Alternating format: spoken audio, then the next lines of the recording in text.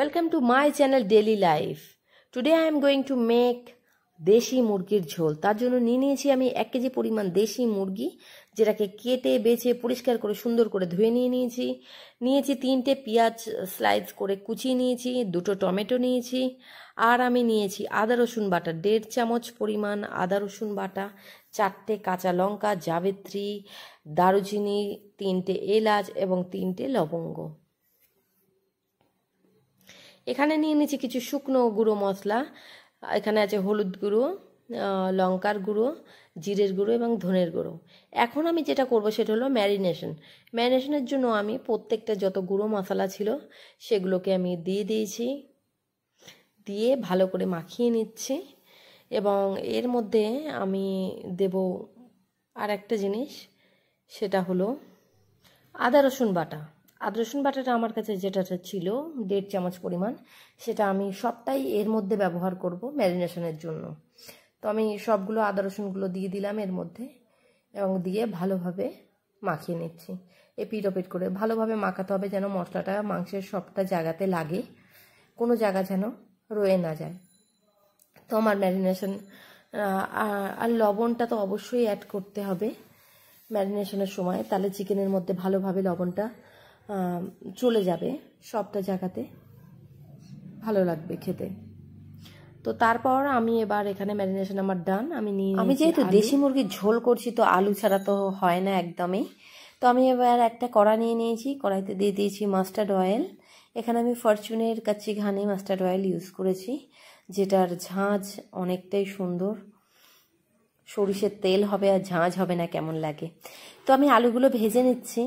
এই আলুতে আমি দিয়ে দেব লবণ এবং একটু হলুদ গুঁড়ো আর লবণ আলুতে মাখিয়ে না নিয়ে তেলের সময় দিলে কি হয়, লবণটা সমস্ত আলুতে ঠিকভাবে নেয় এবং আলুটার সুন্দর একটা কালার চলে আসে।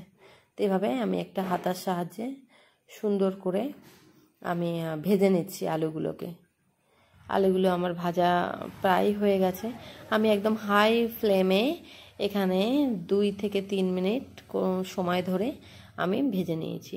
আমি একদম খুব ভাজিনি, আবার খুব কাঁচাও না, সুন্দর একদম মিডিয়াম পজিশনে ভেজে নিয়েছি। আপনারা দেখতে পাচ্ছেন তেলটার কালার কত সুন্দর এসেছে। এবার এর মধ্যে আমি যে আমার গরম মশলাগুলো ছিল আমি দিয়ে দিয়েছি লবঙ্গ, এলাচ, জাবিত্রী এবং দারুচিনি।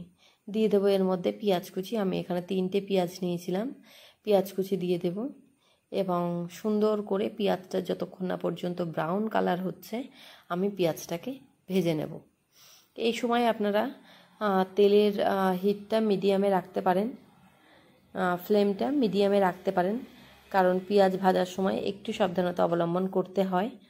কারণ পেঁয়াজটা যদি কাঁচা রয়ে যায় তো টেস্টটাও ঠিকভাবে আসবে না, আবার যদি ওভারকুক হয়ে যায় তাহলেও টেস্টটা ভালো আসবে না, পোড়া পোড়া লাগবে। তো তার জন্য আমি এখানে আমার ব্রাউন কালার হয়ে গেছে, আমার ম্যারিনেশন চিকেনটা আমি অ্যাড করলাম এর মধ্যে। অ্যাড করে আমি এবার নাড়িয়ে নেব, সুন্দর করে মিক্স করে নেব। এখন আমি ভালোভাবে পেঁয়াজের সঙ্গে মাংসগুলোকে মিশিয়ে নিয়ে কষাতে থাকবো। মাংসগুলোকে এখানে আমি কষিয়ে নিচ্ছি। মাংসগুলো আমি কষাবো এবং মাঝে মাঝে আমি ঢাকনা দিয়ে দেব, যাতে মাংসের থেকে জলটা বেরিয়ে আসে। আমি কিন্তু কোনো রকম জলের ব্যবহার এখানে করব না। আমি মাংসের মধ্যে ভালো করে মেশানো হয়ে গেছে, কষানো হয়েছে, আমি এর মধ্যে এখন টমেটোটা অ্যাড করে দেব। টমেটোটা দিয়ে আমি ভালোভাবে মাংসটাকে আবার কষিয়ে নেব, কারণ মাংসের কষানো প্রসেসটা যত সুন্দর হবে ততই কিন্তু আপনার মাংস খেতে টেস্ট হবে। আমি আবার একটা ঢাকনা দিয়ে দেব, দিয়ে আবার 2-3 মিনিট পর পর আমি আবার একটু নাড়িয়ে নেব। মাংসটা টোটালি আমার এখন চলছে সেটা হলো কষানো। আমি মাংসটাকে কষিয়ে নিচ্ছি।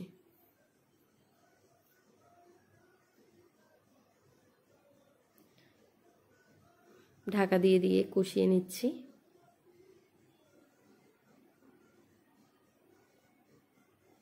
আপনারা দেখতে পাচ্ছেন মাংসটা থেকে কতটা জলে এসেছে। আমি কিন্তু কোনো রকম জলের ব্যবহার করিনি এখানে। আবার ঢাকা দিয়ে দেব। আস্তে আস্তে জলের পরিমাণটা বাড়ছে মাংসে।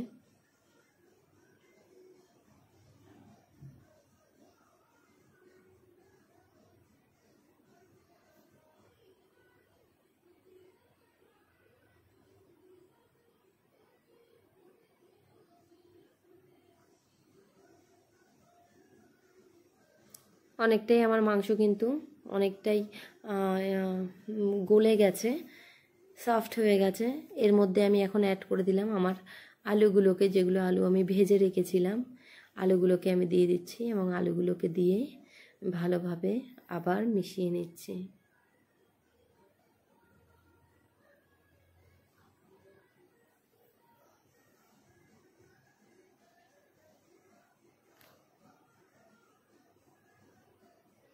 এর মধ্যে আমি দিয়ে দিলাম 1 কাপ পরিমাণ জল।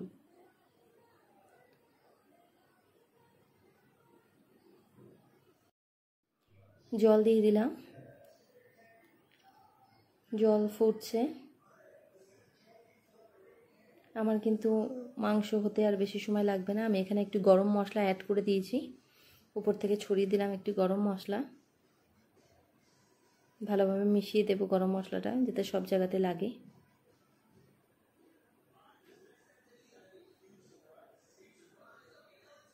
যেহেতু আমি দেশি মুরগির ঝোল করব, একটু আমি ঝোল রাখবো।